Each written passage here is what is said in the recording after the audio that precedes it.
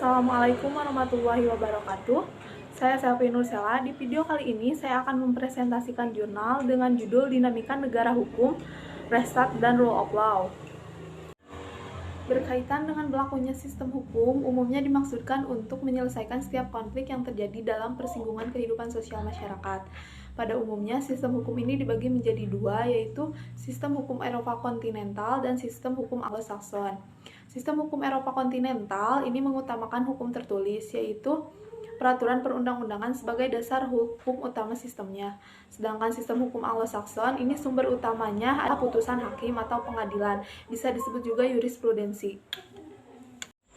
Kali ini saya mempunyai dua pokok permasalahan, yaitu yang pertama, bagaimanakah konsep negara hukum Indonesia antara paham Restart dan paham Rule of Law, dan yang kedua, apa hubungan negara hukum dengan demokrasi.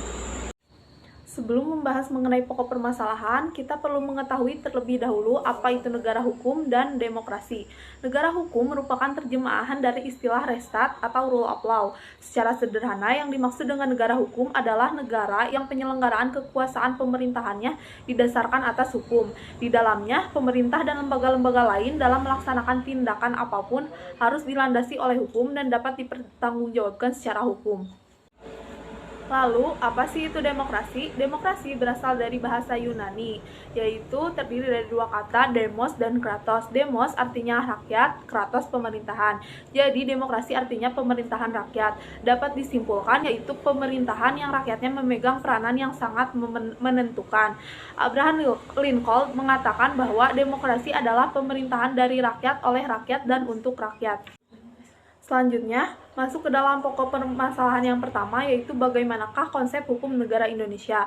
Seorang ahli Jerman, Friedrich Julius Stahl, mengatakan bahwa negara hukum Restart harus memiliki ciri-ciri yang pertama, 1. Adanya pelindungan HAM, 2. Adanya pemisahan atau pembagian kekuasaan, 3. Adanya pemerintahan berdasarkan peraturan-peraturan, dan 4. Adanya peradilan administrasi yang bebas dalam perselisihan.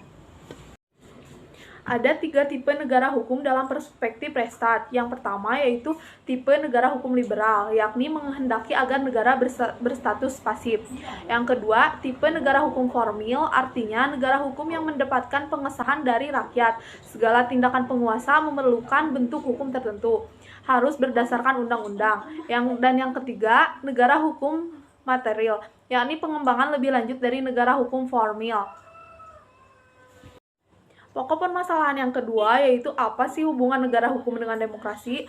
Hubungan antara negara hukum dengan demokrasi dapat dinyatakan bahwa negara demokrasi pada dasarnya adalah negara hukum. Negara hukum hanyalah salah satu ciri dari negara demokrasi, karena masih dibutuhkan syarat-syarat di luar negara hukum agar dapat dinyatakan sebagai negara demokrasi, seperti adanya pemilu, kebebasan berpendapat, dan sebagainya. Adapun demokrasi sebagai sikap hidup ditunjukkan dengan adanya perilaku yang taat pada aturan.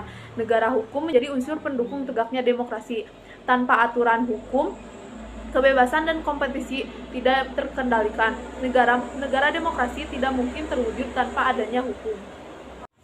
Kesimpulan yang dapat diambil yaitu negara hukum Indonesia memiliki keistimewaan dibandingkan dengan konsep negara hukum lainnya, baik konsep Restart maupun konsep Rule of Law. Negara hukum Indonesia memodifikasi unsur-unsur negara hukum dalam konsep Restart maupun konsep Rule of Law. Negara hukum belum tentu telah menjadi negara demokrasi, masih dibutuhkan syarat-syarat di luar negara hukum agar dapat dinyatakan sebagai negara demokrasi, seperti adanya pemilihan umum, kebebasan berpendapat, dan sebagainya. Adapun demokrasi sebagai sikap hidup yang ditunjukkan dengan adanya perilaku yang taat pada aturan. Negara hukum menjadi unsur pendukung tegaknya demokrasi. Tanpa ada aturan hukum, kebebasan dan kompetisi tidak terkendalikan. Negara demokrasi tidak mungkin terwujud tanpa adanya hukum.